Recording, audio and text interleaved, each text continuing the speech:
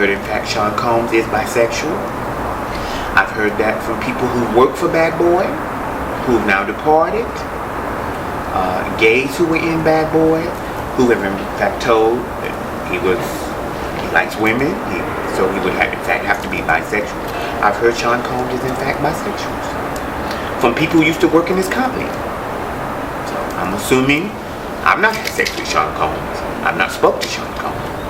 But based on those sources, I've heard he's in fact bisexual. This is Toni Newman, and you're watching That's Hot. In my book, the memoir I Rise, published in April 2011, I mention rapper, actors, producers, and some of those that I have spoke publicly on is LL Cool J. I met as a street prostitute 15, 16 years ago. Baby girl was draped in Chanel. The encounter with LL Cool J was a one-time encounter. I serviced LL Cool J. I knew it was LL Cool J, and he knew in fact I was transgender. It was like any other encounter I had. I got paid. I performed the service. Thank you. Never spoke again. We didn't text, email, call. We didn't exchange any numbers or contact information. I never saw him again.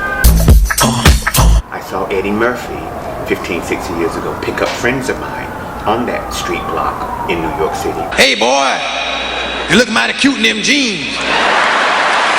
Eddie Murphy was on the strip during that time, come out a lot, and he not only recruited but paid very well several transgender friends of mine who I saw get in his car, and I also saw them get out his car with several $100s. So I know for a fact Eddie Murphy, ever since 96, has been utilizing transgender prostitutes.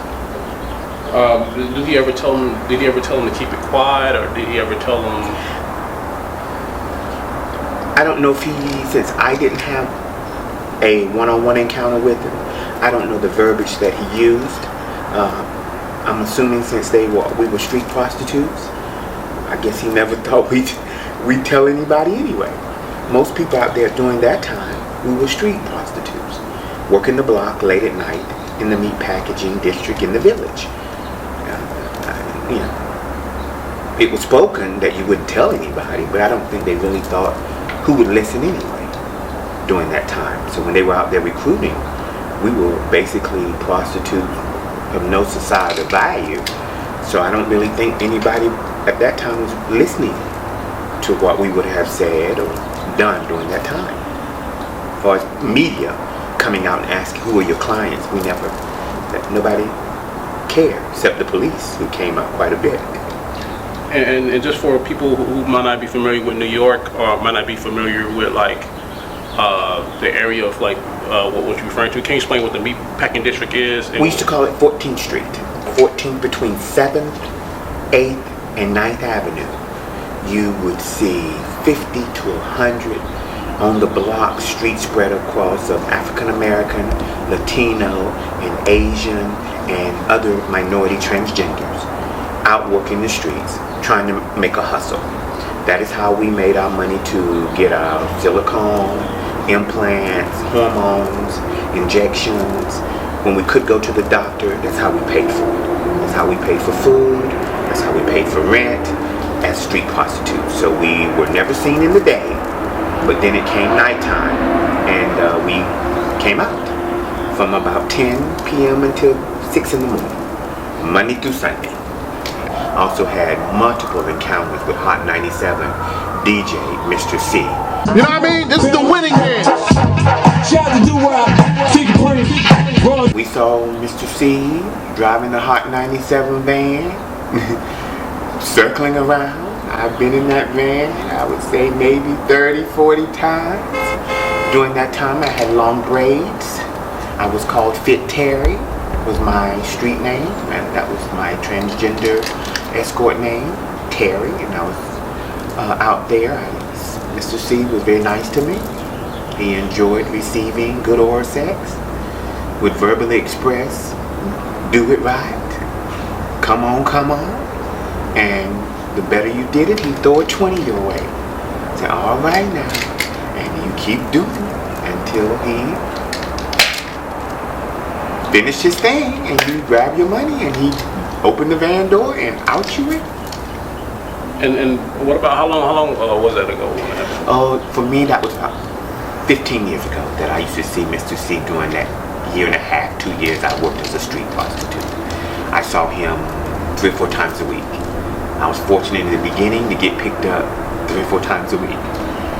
As time went on, he began to look for newer people. He'd use you for a while and move on to new meat. And I didn't get in as much in the last year, but that first year, 50 times I've had encounters with Mr. C. Yes, there are gays, and there are gays and lesbians and bisexuals in hip-hop. Because not all of them are gay. Some of them do like women, but they get freaky sometimes. Now come on over here and fuck me up the ass. The National Enquirer contacted me, polygraphed me with Joe Paglioli, a Secret Service agent from John F. K. He polygraphed me. I stayed there for 2 hours. We signed a contract, and they contacted LL Cool J. It was coming out, and I had a contract. Everything was signed. It was supposed to come out that Monday, and it never did. From that point, Jackie Jasper of the Hollywood Street Kings said, "Show me your contract that you signed." I showed her what the National Enquirer had me to sign. I've been polygraphed that I named LL Cool J of the one-time encounter, and I was polygraphed to that. He ran it on his site, and eventually he ran it 2 months later in the Hip Hop Weekly magazine. On the cover is LL Cool J gay. And that article talked about LL, Eddie Murphy, and Hot 97 DJ Mr. C.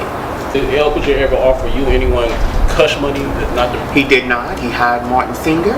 He sent me, my business partner, my agent, my manager, and my publicist letter saying, if you speak again about me, I'm going to sue you. We responded. Let's go to court. We'll meet you there. Martin Singer is now representing John Travolta and other big name celebrities. He represented Eddie Murphy when he was picked up in '97 from the transgender prostitute who the cop caught her performing oral sex, who a year later was found dead, jumping off her roof or something. Same lawyer. And he sent everybody letters. He sent another cease and desist letter second time, Martin Singer, on behalf of LL Cool J, to my whole team again after I did the New York interview with the New York radio station, the big one there. I can't remember the name.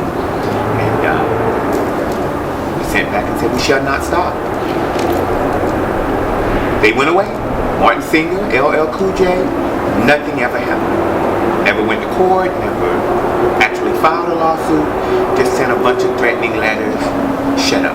He went to XXL magazine saying, I've never done this, and that was the extent of it. And I've not heard from LL since that time. Do you think coming out will ever be a big deal or a trend in hip-hop culture? Exactly. Hip-hop and rap keeps trying to suppress it. But I think Snoop said, it's in hip-hop, it's not in rap. I think was his statement. He said, yeah, there's a lot of gays and lesbians in hip-hop, but you don't find rap gay artists. Well, Frank Ocean came out as an R&B singer, you know, and he was big. He was on the incline, and, you know, a lot of people accepted him and appreciated him for being, you know, a stand-up guy to say that he was. But I believe rapping is a little bit different because it comes from a culture where, you know, that's not accepted. And LL Cool J, wasn't he a rapper before he was anything else? Doesn't they give him awards for being one of the earlier rappers who laid the way? What is he? Didn't Hot 97 DJ work with Biggie? Produce some of his stuff, if I'm not mistaken, in his early history? They worked together? So wasn't he a rap producer? Isn't he in the rap industry? And he's Hot 97 DJ, Mr. C? So who is Mr. C and LL Cool J but not a rap producer and a rap artist? So there's two people that defies Snoop's argument. It's in hip-hop. Frank Ocean is hip-hop. Frank Ocean ain't rap. Well, what is Mr. C and LL Cool J? So I don't know. And just a side note, you know, one of Biggie Small's best friend was a gay guy. That's what they're telling me. So what was that? I understand his entourage of Biggie Smalls had a gay guy. Mr. C is evidently a bisexual producer. Lord knows who else he might have had in that entourage. So hey, if Biggie and LL Cool J and people working for Biggie, I mean, this is the rap industry here that we're talking about. These people were associates and employees and producers for Biggie. LL Cool J was one of the earlier rappers. I think Mama Gonna Knock Me Out, 95, 96. And rap was really getting its footing. So if Mr. C and LL Cool J are not evidence that disputes what Snoop has said, yes, it's in hip-hop, but it's also in rap, and it's in every other fiber of American society. There are gay senators, gay legislators, gay politicians, gay lawyers, gay judges. I don't know one industry that can't say we got one. They're in football, they're in baseball, they're in track. We may not speak about it, but it's all over. And until we stop acting like, oh my God, there's a gay in basketball. Is that news really? Outside of the three celebrities that you did mention, what other male celebrities have you had sex with? When you say male celebrities, there is 2 coming out in a national publication in 2 weeks.